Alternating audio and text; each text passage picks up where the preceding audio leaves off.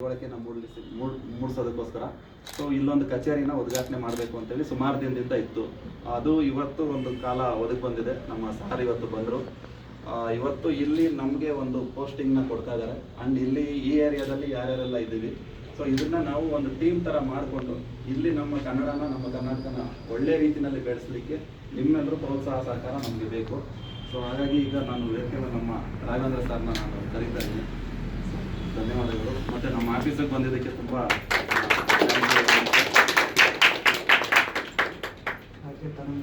ಮತ್ತು ನಮ್ಮ ಕರ್ನಾಟಕ ರಕ್ಷಣಾ ವೇದಿಕೆ ಗಜಸೇನೆ ಕಾನೂನು ಘಟಕದ ರಾಜ್ಯಾಧ್ಯಕ್ಷರು ನಮ್ಮ ಸಾರ್ ಬಂದಿದ್ದಾರೆ.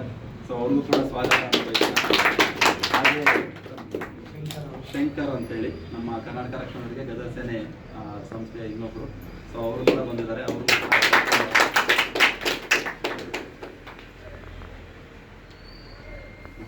ನಮಸ್ತೆ ಎಲ್ಲರಿಗೂ. ಇವತ್ತು ನಾವು ಕರ್ನಾಟಕ ರಕ್ಷಣಾ ವೇದಿಕೆ ಗಜಸೇನೆಯಿಂದ ಇಲ್ಲಿ ಬಂದಿದ್ದೇವೆ.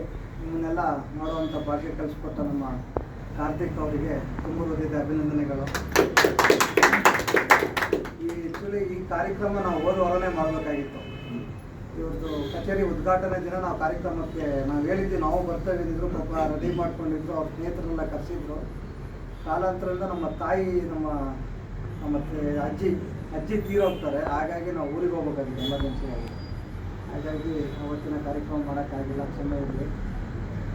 ಇವತ್ತು ಒಂದು ಕಚೇರಿ ಉದ್ಘಾಟನೆ ಮಾಡಿ ಗಿರಿನಗರದಲ್ಲಿ ಈ ಒಂದು ಕರವೇ ಗಜಸೇನೆಯ ಜೊತೆಗೆ ಅವರ ಬದುಕಿನ ಒಂದು ಕಚೇರಿನೂ ಕೂಡ ಮಾಡಿದ್ದಾರೆ. ಅವರಿಗೆ ಮತ್ತೊಮ್ಮೆ ಶುಭವಾಗಲಿ.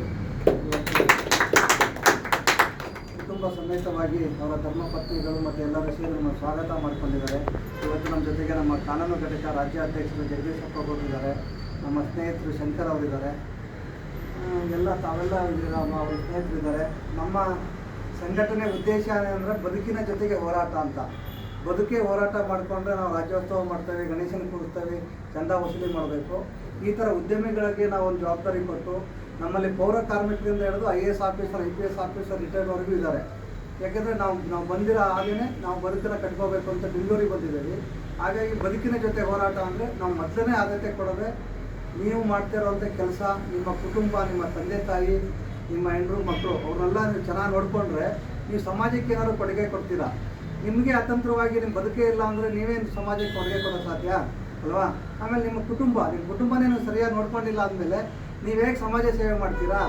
ಆ ಒಂದು ಉದ್ದೇಶ ಇಟ್ಕೊಂಡೆ ನಾವು ಬದುಕಿನ ಜೊತೆ ಹೋರಾಟ ಅಂತ ಹೇಳ್ತೇವೆ.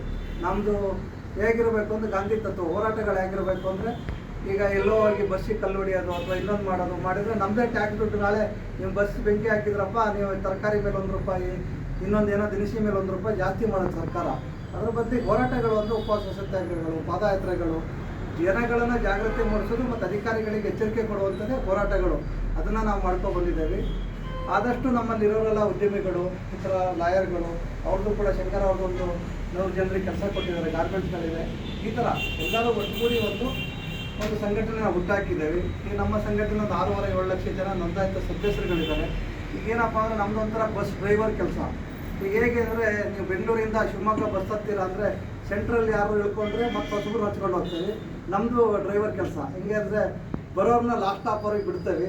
ಬರದೇ ಇದ್ದವ್ರು ಸೆಂಟ್ರಲ್ಲಿ ಇಳ್ಕೊಂಡ್ರು ಅಂದರೆ ಇದರ ಹೊಸಬ್ರನ್ನ ಮತ್ತೆ ಸೇರಿಸ್ಕೊಂಡು ನಾವು ಅದನ್ನು ಕಂಟಿನ್ಯೂ ಮಾಡ್ಕೊಂಡು ಹೋಗ್ತೇವೆ ಜರ್ನಿನ. ಆ ಥರ ಈಗ ಏನಾಗಿದೆ, ಸಂಘಟನೆಗಳು ಅಂದರೆ ನಿಂತು ನೀರಲ್ಲ, ಹರಿಯೋ ನಿರ್ಧಾರ ಯಾವಾಗಲೂ ಹರಿತಾ ಇರಬೇಕು.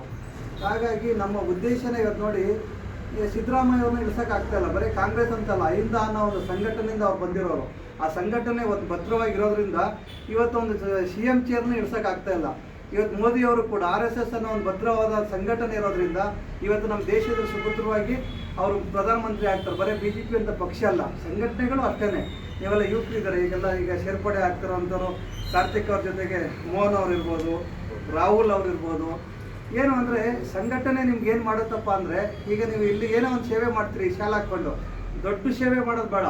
ಒಂದು ಟ್ರಾಫಿಕ್ ಆಯಿತು ಅಂದರೆ, ಯಾರೋ ಒಂದು ಆಂಬುಲೆನ್ಸ್ ಬರ್ತಾ ಇದೆ ಅಥವಾ ಏನೋ ಎಮರ್ಜೆನ್ಸಿ ಆದಾಗ ಆ ಟ್ರಾಫಿಕ್ನ ಕ್ಲಿಯರ್ ಮಾಡಿದರೆ ಒಂದು ಸೇವೆ. ಅದು ನಾವೇನೋ ಮಾಡಬೇಕು ಅಂತ ಇಲ್ಲ.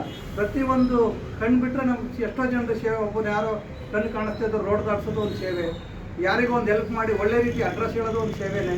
ಎಲ್ಲ ರೀತಿ ಸೇವೆಗಳು ಮಾಡ್ಬೋದು. ಆಮೇಲೆ ನೀವು ಏನಾಗುತ್ತೆ ಅಂದರೆ ನೋಡಿ, ಒಗ್ಗಟ್ಟಲ್ಲಿ ಬಲ ಇದೆ. ಇವತ್ತು ಸಂಘಟನೆ, ನೀವು ಇಲ್ಲಿಂದ ಬೆಳಗಾವಿಗೆ ಹೋಗ್ತೀರಾ, ಗುಲ್ಬರ್ಗಕ್ಕೆ ಹೋಗ್ತೀರಾ, ಅಲ್ಲೇನೋ ಒಂದು ಸಮಸ್ಯೆ ಆದಾಗ ನೀವು ಈ ಥರ ಒಂದು ಕನ್ನಡ ಪರ ಸಂಘಟನೆಯಲ್ಲಿ ಇದ್ದೀರಾ ಅಂದರೆ ಅಲ್ಲಿ ಯಾರೋ ಒಬ್ಬರು ನಿಮಗೆ ಜೊತೆಗೂಡ್ತಾರೆ. ಎಲ್ಲ ನಾನು BJPಯಲ್ಲಿ ಇದ್ದೀನಿ, ನಾನು JDS ಅಲ್ಲಿ, ನಾನು BJP ನಾನು JDS ಅಂತಾರೆ.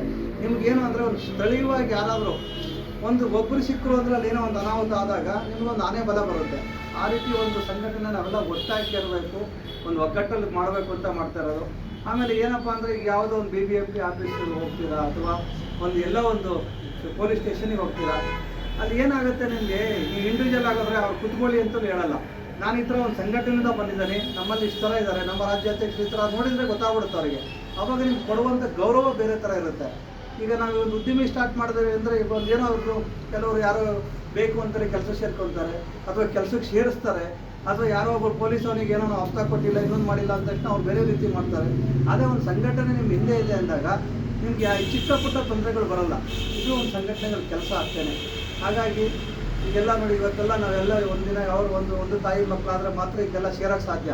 ಇಲ್ಲ ನಾವೆಲ್ಲೋ ಒಂದು ಊರು ಶಿವಮೊಗ್ಗದಿಂದ ಬಂದಿದ್ದೇವೆ, ಬೆಂಗಳೂರಲ್ಲಿ ಬದುಕು ಕಟ್ಕೊಂಡಿದ್ದೇವೆ, ನಿಮ್ಗೆಲ್ಲ ಯಾವ್ಯಾವ ಊರು ಗೊತ್ತಿಲ್ಲ, ನಿಮ್ಮನ್ನೆಲ್ಲ ನಾವು ಒಟ್ಟಾಗಿ ಸೇರ್ತೇವೆ ಅಂದರೆ ಇವತ್ತು ದೇವರೆಲ್ಲೋ ಒಂದು ಅನುಗ್ರಹ ಮಾಡಿರ್ತಾನೆ, ಎಂದು ಏನೋ ಒಂದು ಒಳ್ಳೇದು ಮಾಡಲಿ, ಎಲ್ಲ ಸೇರಲಿ ಅನ್ನೋದಕ್ಕೆ ಬಂದು ದಾರಿ ಮಾಡಿಕೊಡ್ತಾನೆ. ಅದನ್ನು ನಾವೆಲ್ಲ ಕರೆಕ್ಟಾಗಿ ಸುರಕ್ಷಿತವಾಗಿ ಒಳ್ಳೆ ಕೆಲಸಗಳು ಮಾಡೋಣ ಅಷ್ಟೇ. ಯಾಕೆಂದರೆ ಇವತ್ತು ಸಾವು ಅನ್ನೋದು ಹೇಳೋಕ್ಕಾಗಲ್ಲ. ಇವತ್ತು ನಾವು ಬದುಕಿದ್ದೇವೆ, ಈಗ ಮಾತಾಡ್ತಾ ಇದ್ದೇವೆ, ಈ ಕ್ಷಣ ಒಂದೇ ಶಾಶ್ವತ, ಎಲ್ಲರಿಗೂ ಇಲ್ಲಿ ಕೂತಿದ್ದೇವೆ, ಇದೊಂದೇ ಶಾಶ್ವತ. ಈಗ ಮುಂದಿನ ಕ್ಷಣದಲ್ಲಿ ಏನಾಗುತ್ತೋ ಗೊತ್ತಿಲ್ಲ. ಇರೋ ತನಕ ಒಳ್ಳೆ ಕೆಲಸ ಮಾಡೋಣ, ಆದಷ್ಟು ಜನಗಳಿಗೆ ಒಳ್ಳೆ ಕೆಲಸ ಮಾಡೋಣ, ಒಳ್ಳೆ ಭವಿಷ್ಯನ ಈ ರೀತಿ ಆದರೆ ಈ ಥರ ಮಾಡ್ಕೊಂಡು ಹೋಗೋದಕ್ಕೆ ಒಂದು ಕರವೇ ಗಜಸೇನೆ ಅನ್ನೋದೊಂದು ನಮ್ಮ ಹೆಸರಲ್ಲಿ ಮಾಡ್ಕೊಂಡಿಲ್ಲ. ಕರವೇ ಗಜಸೇನೆ ಅಂತ ನಾವು ನಮ್ಮ ಮಕ್ಕಳು, ಮರಿಮಕ್ಕಳು, ನಿಮ್ಮ ಮಕ್ಕಳು, ಮರಿಮಕ್ಕಳು ಒಂದು ಮುಂದುವರ್ಸ್ಕೊಂಡು ಹೋಗಲಿ ಅನ್ನೋದಕ್ಕೆ ಒಂದು ಸಂಘಟನೆ ಹೆಸರಿಟ್ಟಿದ್ದೇವೆ. ಹೇಗೆ ನಮ್ಮ ತಂದೆ ತಾಯಿ ಹುಟ್ಟಿದ ತಕ್ಷಣ 9 ದಿನಕ್ಕೋ 9 ತಿಂಗಳಿಗೋ ಒಂದು ಹೆಸರು ಇರ್ತಾರೆ, ಆ ಥರ ಒಂದು ಕೆಲಸ ಮಾಡೋದಕ್ಕೆ ಅಂತ ಒಂದು ಹೆಸರಿದೆ. ನಾವು ರಾಜ್ಯಾಧ್ಯಕ್ಷರು, ನೀವು ಕಾರ್ಯಕರ್ತರು ಅನ್ನೋದು ಯಾವುದು ಭೇದ ಭಾವಗಳಿರಲಿ, ಎಲ್ಲರೂ ಸಮಾನವಾಗಿ ಕೆಲಸ ಮಾಡೋಕ್ಕಂತ ಇದ್ದೇವೆ. ನೀವೆಲ್ಲ ಮುಂದಿನ ನೀವೆಲ್ಲ ಒಟ್ಟಾಗಿ ಇವತ್ತೇನು ನೇಮಕಾತಿ ತಗೊಳ್ತಾರೋ ಅಂಥವರಿಗೆ ಶುಭವಾಗಲಿ, ತಾಯಿ ಭುವನೇಶ್ವರಿ ಆಶೀರ್ವಾದ ಇರಲಿ ಅಂತ ಹೇಳ್ತಾ ಇದೆಲ್ಲ ಒಳ್ಳೆಯದಾಗಲಿ.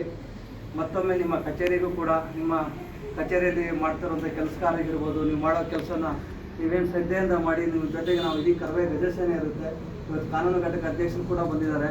ಆ ಥರ ಇರೋದ್ರಿಂದ ನೀವೆಲ್ಲ ಧೈರ್ಯವಾಗಿ ಎಲ್ಲರೂ ಕೂಡ ಸ್ವಾವಲಂಬಿಯಾಗಿ ವೈಯಕ್ತಿಕ ಬಿಸ್ನೆಸ್ ಇರ್ಬೋದು, ನೀವು IT ಕಂಪ್ನಿಯಲ್ಲಿ ಕೆಲಸ ಮಾಡ್ತಾಯಿದ್ರೆ ನಿಮ್ಗೆ ಹೆಮ್ಮೆ ಇರಬೇಕು ಕನ್ನಡ. ಇವತ್ತು ಯಾರೋ ಒಬ್ಬ ನಿಮ್ಮ ITಯಲ್ಲಿ ಕನ್ನಡದ ಒಬ್ಬ ತಾಯಿಗೆ ಪೌರ ಕಾರ್ಮಿಕ ಇರ್ಬೋದು, ಇನ್ನೊಬ್ರಿಗಿರ್ಬೋದು ದೌರ್ಜನ್ಯಗಳಾಗ್ತಾ ಇದ್ದಾಗ, ಯಾಕಪ್ಪ ಅವರು ನಮ್ಮವರವರು, ನಮ್ಮ ಒಂದು ಕುಟುಂಬದಿಂದ ಬಂದಿದ್ದಾರೆ, ನಮ್ಮ ಕನ್ನಡಿಗರು, ನೀವು ಯಾಕೆ ಅಂತ ಧ್ವನಿ ಎತ್ತುವಂಥ ತಾಕತ್ತು ನೀವು ಬೆಳೆಸ್ಕೋಬೇಕಾಗುತ್ತೆ. ಇವತ್ತು ಯಾಕೆಂದರೆ ತುಂಬ ನೋಡಿ ಹೇಗಾಗಿದೆ ಅಂದರೆ, ನೀವು ಎಲ್ಲ ಕಡೆ ನೋಡಿ, ಇವತ್ತು ಸೀನಿಯರ್ ಮ್ಯಾನೇಜರ್ಗಳಿರ್ಬೋದು, ಇನ್ನೊಬ್ರು ಇರ್ಬೋದು, ಅವರೆಲ್ಲ ಹೊರ ರಾಜ್ಯದವರಿದ್ದಾರೆ. ನಮ್ಮಲ್ಲಿರೋರು ಸೆಕ್ಯೂರಿಟಿ ಗಾರ್ಡ್ಗಳಿರ್ಬೋದು, ಆಟೋ ಡ್ರೈವರ್ಗಳಿರ್ಬೋದು, ಕೆಳಗಂತ ಕೆಲಸ ಮಾಡೋವಂಥವರೆಲ್ಲ ನಮ್ಮ ಕನ್ನಡಿಗರಾಗಿದ್ದಾರೆ. ಆದ್ದರಿಂದ ದೌರ್ಜನ್ಯಗಳು ಜಾಸ್ತಿ ಆಗ್ತಾ ಇದೆ. ಆ ದೌರ್ಜನ್ಯವನ್ನು ಎದುರಿಸಿ ನೀವು ಪ್ರಶ್ನೆ ಮಾಡಿ, ನಾವು ನಿಮ್ಮ ಜೊತೆಗಿರ್ತೇವೆ. ಪ್ರಶ್ನೆ ಮಾಡುವಂಥದ್ದನ್ನ ಎಲ್ಲರೂ ಬೆಳೆಸ್ಕೋಬೇಕು ಇವತ್ತು. ಆಮೇಲೆ ಹೊರಗಡೆ ನೀವು ಮನೆ ಒಳಗಡೆ ಯಾವ ಭಾಷೆನಾದ್ರು ಮಾತಾಡಲಿ, ಹೊರಗಡೆ ಬಂದಾಗ ಕನ್ನಡ ಮಾತಾಡಬೇಕು, ಕನ್ನಡ ಹಾಡು ಹಾಕಬೇಕು, ಕನ್ನಡನ ನೀವು ಮಾಡಬೇಕು ಅನ್ನೋದನ್ನ ಧೈರ್ಯವಾಗಿ ಪ್ರಶ್ನೆ ಮಾಡುವಂಥದ್ದು ಬೆಳೆಸ್ಕೊಳ್ಳಿ. ಆಮೇಲೆ ಯಾವುದೋ ನಿಮ್ಗೆ ಕೆಲಸ ಬೇಕು, ಕನ್ನಡಿಗರಿಗೆ ಕೆಲಸ ಇಲ್ಲ ಅಂತ ನಾವು ಹೇಳ್ತೇವೆ, ಆದರೆ ಕೆಲಸನ ಸೃಷ್ಟಿ ಮಾಡೋದು ನಾವೇನೆ. ನೀವು ಯಾವುದೋ ಒಂದು ಹೋಟ್ಲಿಗೆ ಹೋಗ್ತೀರಾ, ಹೋಟ್ಲಿಗೆ ಹೋದ ತಕ್ಷಣ ಅವನಿಗೆ ಕನ್ನಡ ಬಂದರೂ ಕೂಡ ನಾವು ಇಂಗ್ಲೀಷಲ್ಲಿ ಕೇಳ್ತೇವೆ. ಆಮೇಲೆ ಯಾವುದೋ ಒಂದು ಕಾಲ್ ಸೆಂಟ್ರಿಂದ ಕಾಲ್ ಬರುತ್ತೆ ನಿಮಗೆ, ಎಲ್ಲೆಂದಲೋ ಬಾಂಬೆಯಿಂದ ಬರುತ್ತೋ, ಡೆಲ್ಲಿಯಿಂದ ಬರುತ್ತೋ, ಬಂದ ನೀವು ಹಲೋ ಅಂತ ಯಾವುದೋ ಬ್ಯಾಂಕ್ ಲೋನ್ ಬೇಕಾ, ಇನ್ನೊಂದು ಬೇಕಾ, ನಿಮಗೆ ಅವ್ರಿಗೆ ಕನ್ನಡ ಗೊತ್ತಿದ್ರು ನಾವು ಇಂಗ್ಲೀಷಲ್ಲಿ ಅವ್ರು ಫಸ್ಟ್ ಮಾತಾಡ್ತಾರೆ. ನೀವು ಅದ್ರ ಪ್ರಶ್ನೆ ಮಾಡಿ, ಇಲ್ಲ ಕನ್ನಡದಲ್ಲಿ ಹಿಂಗೆ ತಗೊಳ್ಳಿ ಅಂತೇಳಿ. ಅವಾಗ ಯಾರೋ ಒಬ್ಬರು ಡೆಲ್ಲಿಯಲ್ಲಿ ಸೇರ್ಕೊಂಡವ್ರಿಗೆಲ್ಲೋ ಬಾಂಬೆಯಲ್ಲಿದ್ದೋ ಕನ್ನಡಿಗರನ್ನ ಅವ್ರು ಹುಡುಕಬೇಕಾದ ಪರಿಸ್ಥಿತಿ ಬರುತ್ತೆ. ಅಲ್ಲೊಬ್ರಿಗೆ ಒಂದು ಬದುಕು ಸೃಷ್ಟಿ ಆಗುತ್ತೆ, ಕೆಲಸ ಸೃಷ್ಟಿ ಆಗುತ್ತೆ. ಇದನ್ನು ನಮ್ಮ ಕನ್ನಡಿಗರು ಯಾರೂ ಮಾಡಲ್ಲ. ಪ್ರೆಸ್ಟೇಜ್, ಪಕ್ಕದಲ್ಲಿ ಯಾರೋ ಫ್ರೆಂಡ್ ಇರ್ತಾರೆ, ಪಕ್ಕದಲ್ಲಿ ಯಾರೋ ಲವರ್ ಇರ್ತಾರೆ, ನಾನು ಇಂಗ್ಲೀಷಲ್ಲಿ ಮಾತಾಡಬೇಕು. ಈ ಮನೋಭಾವನ ನಾವು ಇವತ್ತು ಇಂಗ್ಲೀಷು ಕನ್ನಡ ಕೀಳು ಅನ್ನೋ ಮನೋಭಾವನ ನಮ್ಮಲ್ಲಿ ನಾವು ಹೋಗ್ಲಾಡಿಸ್ಕೋಬೇಕಾಗುತ್ತೆ. ಆವಾಗ ಮಾತ್ರ ಕನ್ನಡನ ಬೆಳೆಸಲು ಸಾಧ್ಯ, ಕನ್ನಡ ಉಳಿಸಲು ಸಾಧ್ಯ. ಎಲ್ಲರಿಗೂ ಒಳ್ಳೆಯದಾಗಲಿ. ನವೆಂಬರ್ ತಿಂಗಳಿನ ಕೊನೆಯ ದಿನ ಇವತ್ತು. ಮತ್ತೊಮ್ಮೆ ಕನ್ನಡ ರಾಜ್ಯೋತ್ಸವ ಶುಭಾಶಯಗಳು ಹೇಳ್ತಾ, ಮತ್ತೊಮ್ಮೆ ಇವರಿಗೆಲ್ಲ ಒಳ್ಳೆಯದಾಗಲಿ ಅಂತ ಹೇಳ್ತಾ ಈ ನೇಮಕಾತಿನ ಕೊಡ್ತಾ ಇದ್ದೇವೆ. ಬನ್ನಿ.